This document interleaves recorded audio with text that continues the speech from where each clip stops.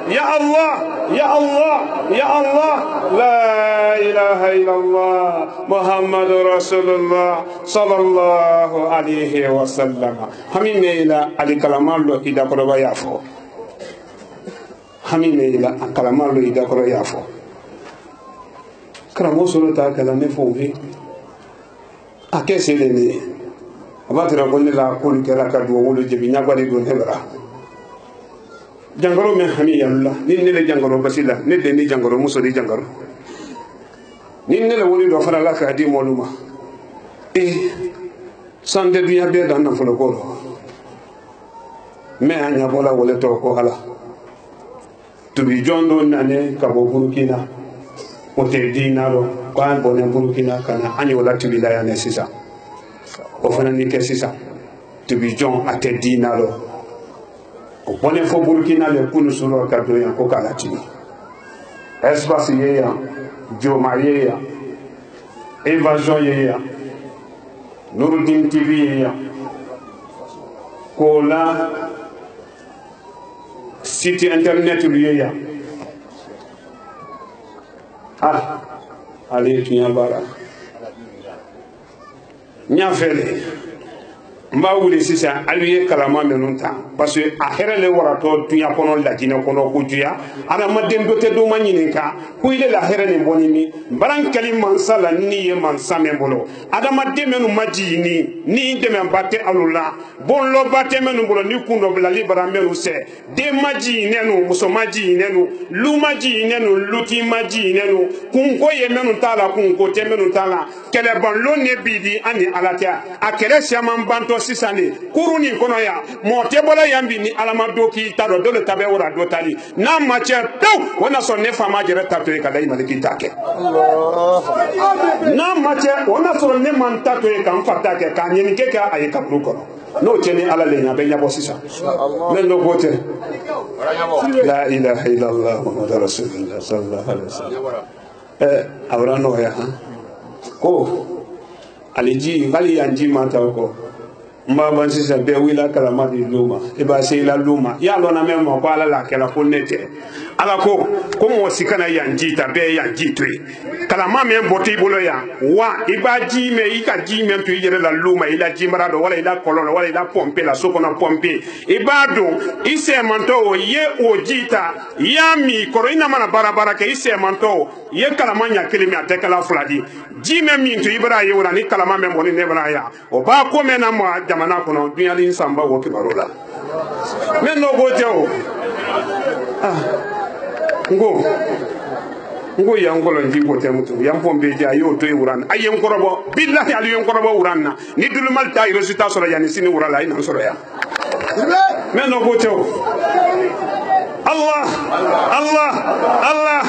Allah Allah Allah Allah Allah Allah Allah la ilaha illallah Muhammadur Rasulullah la ilaha illallah Muhammadur Rasulullah la ilaha illallah Muhammadur Rasulullah la ilaha illallah Muhammadur Rasulullah la ilaha illallah Muhammadur Rasulullah sallallahu alayhi wa sallam be kalama lallo ikun sanfe nya fe ka fatiyata le ka kalama to sanfe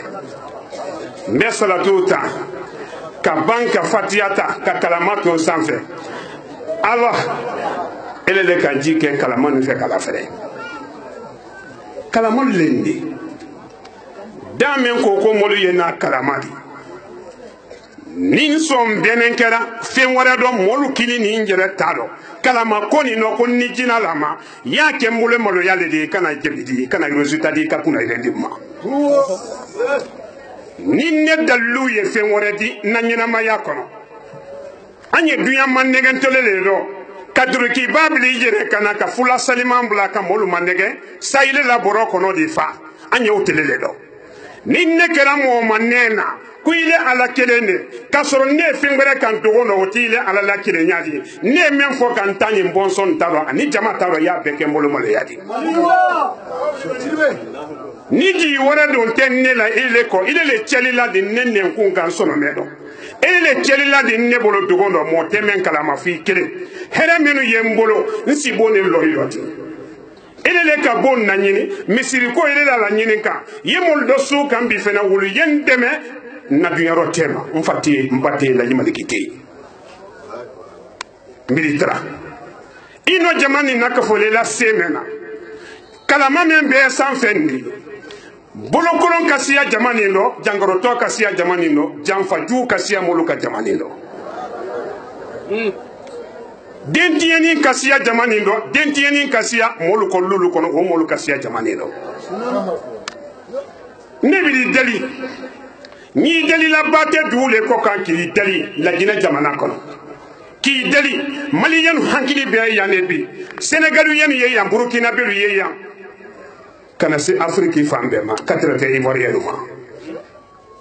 mi dali jamane ya ci alaye mbadu wa wonna be sise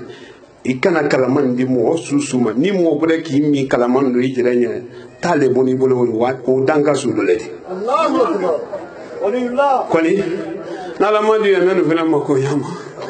ali matele bang mala wita kalaman di be ko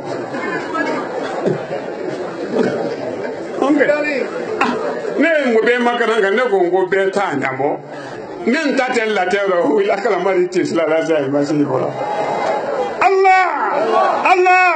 Allah Allah Allah la ilaha illallah Muhammadur Rasulullah la ilaha illallah Muhammadur Rasulullah la ilaha illallah Muhammadur Rasulullah sallallahu alaihi wasallam mosikana na yanjita meluka jita soma atoma iba ji men fana ta soma ko wake kalaman kono den kulun ki jire baraji fo mulu ya lone ko ala le cheli kala ji menu yenne baraya ala tali ji wore menu yenne ulu tembara jidi ala tali naka ala dia dinne yere faga kan jonji bo ali ji menu do fo mulu ya lo ko ala le cheli la de ko karamo solo ye futule ni mulu boraya alu ketalu baraji men mi na kalaman do ala la hinani fanisreya alda yaldi alda lo ko ja ko ala yekele na tate meno boli misi boten no sa boten no tremeliten no e ba boy goro alitele man no goro he pri ko sanine daraka tonni sanina fulo potole be kan jamana kan nyatire posa dina meno fene yeye ka de la sigiringa na fulo potole fe ka banka hiji dalaka ni jamaye ka banka herelu da yere ila yefati ada nyatu tente akana wara la ilaha illallah akana wara lu nyatu tente al-fatih Allahumma salli ala sayidina Muhammad al-fatih lima ughliqa wal khatim lima sabaqa nasrul haqqi bil haqqi wal hadi ila siratika al-mustaqim wa ala alihi haqqan qadrihi wa miqdarihi al-azim al-fatih atayka nabo الرحمن الرحيم مالك يوم الدين إياك نعبد وإياك نستعين اهدنا الصراط المستقيم صراط الذين أنعمت عليهم غير المغضوب عليهم ولا الضالين ولي الله على ما كرهت على ما كرهت على ما كرهت على ما كرهت على ما كرهت على ما كرهت على ما كرهت على ما كرهت على ما كرهت على ما كرهت على ما كرهت على ما كرهت على ما كرهت إياك نعبد وإياك نستعين إياك نعبد وإياك نستعين إياك نعبد وإياك نستعين إياك نعبد وإياك نستعين إياك نعبد وإياك نستعين إياك نعبد وإياك نستعين إياك نعبد وإياك نستعين اهدنا الصراط المستقيم صراط الذين أنعمت عليهم غير المغضوب عليهم ولا الضالين لا إله إلا الله لا إله إلا الله لا إله إلا الله لا إله إلا الله لا إله إلا الله لا إله إلا الله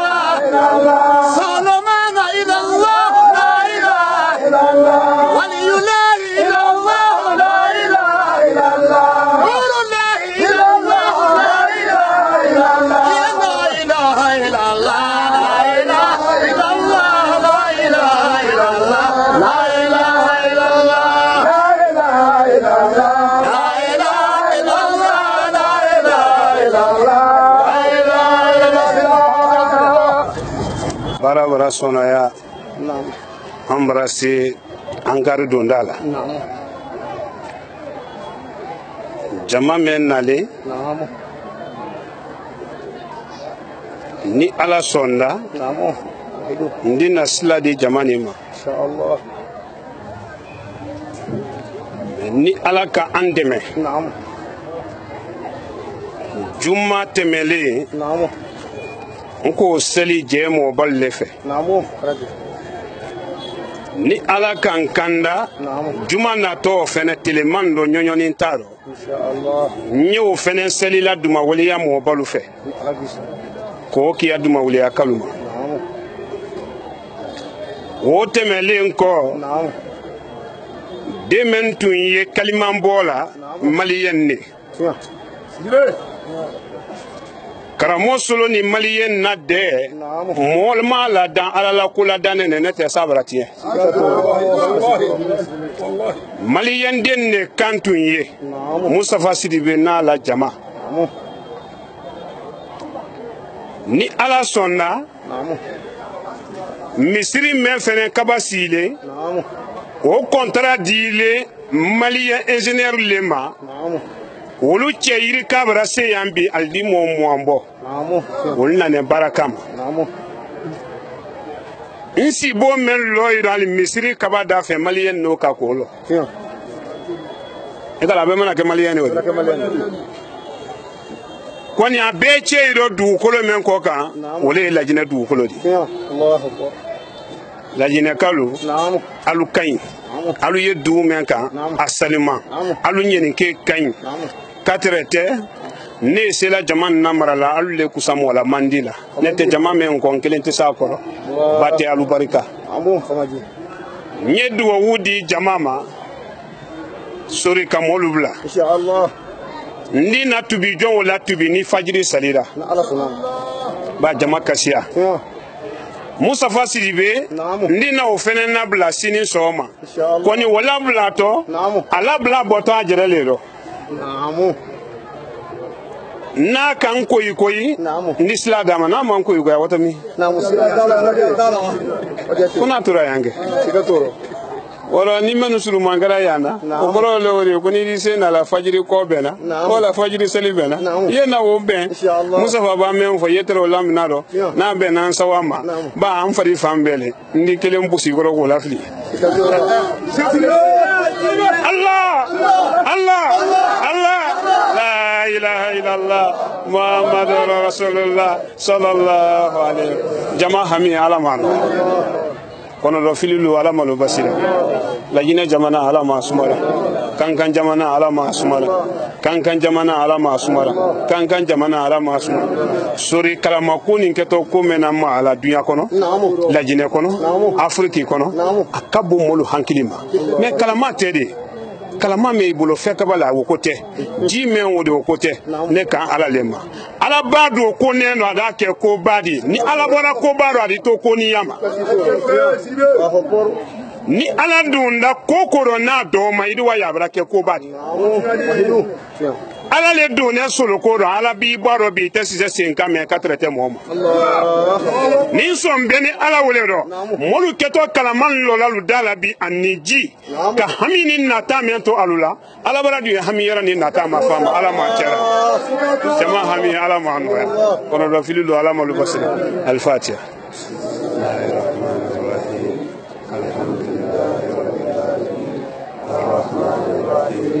مالك يوم الدين إياك نعبد وإياك نستعين اهدنا الصراط المستقيم صراط الذين أنعمت عليهم غير المغضوب عليهم.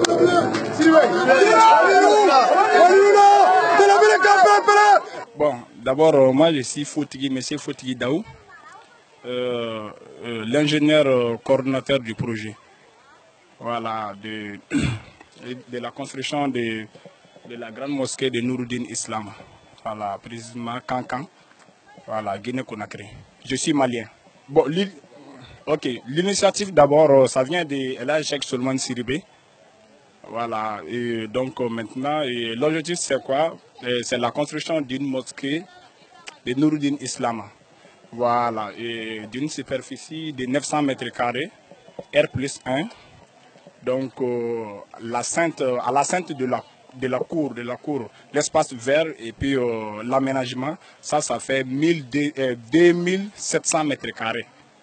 Voilà, donc le coût aussi, le coût du projet, c'est autour de 11 milliards francs guinéens. Bon, on est là, précisément, le projet, ça doit débuter dès la pose de la première pierre. Donc maintenant, ça doit durer 18 mois. Voilà. 18 mois. C'est à peu près 2000 300 places. C'est R+1. Non, non, non, ça ne fait pas partie. Ça veut dire uniquement surface battue. Voilà, surface battue, c'est 900 mètres carrés, mais c'est R+1. Donc, on a 900 mètres carrés multipliés par 2. Voilà. On a effectué le déplacement, voilà, du Mali jusqu'ici, spécialement pour ça. Donc, on est là, on n'a pas droit à l'horaire. On est là spécialement pour ça. Donc, on prie Dieu donc, pour qu'on commence très bien et puis ça se termine très bien. J'ai dit, nous promettons, c'est-à-dire, on prend tout le monde en témoin, on va être dans les délais. Parce qu'on est là spécialement pour ça. Vraiment.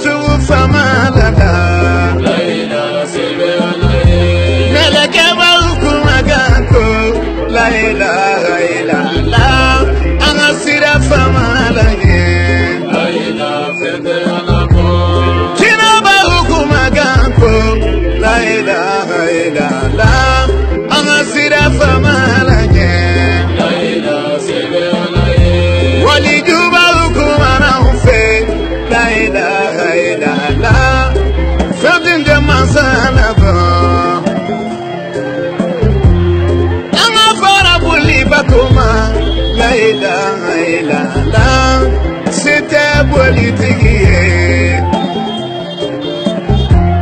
On a fait la piste soma. La c'est d'une politique. Il y a tout femme à la co. La c'est une des femmes à la co. Wali du kumara ufe. La Vega sira fama la nye Angara mo kumagako la Vega tu fama la Asoro mana kumana ufe la Vega sira fama la nye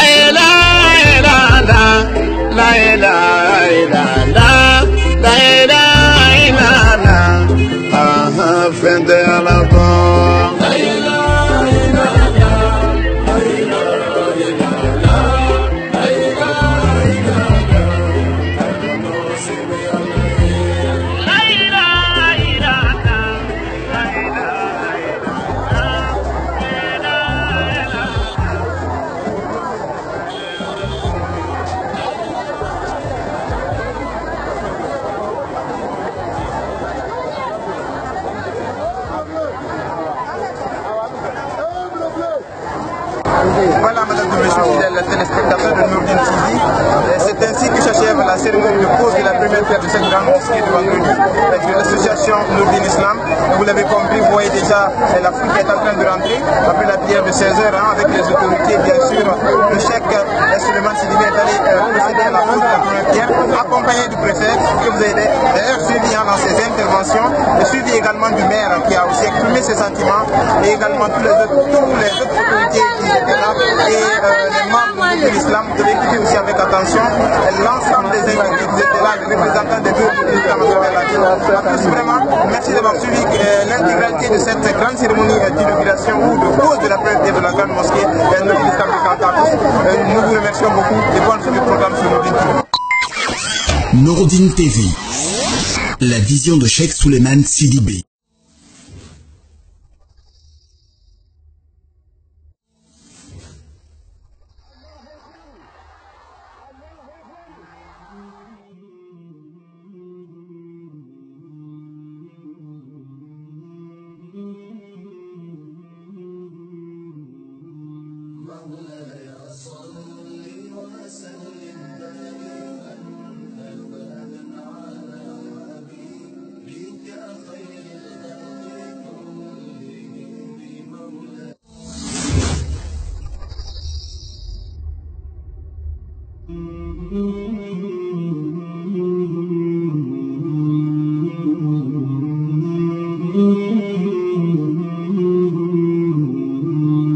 مولاي صل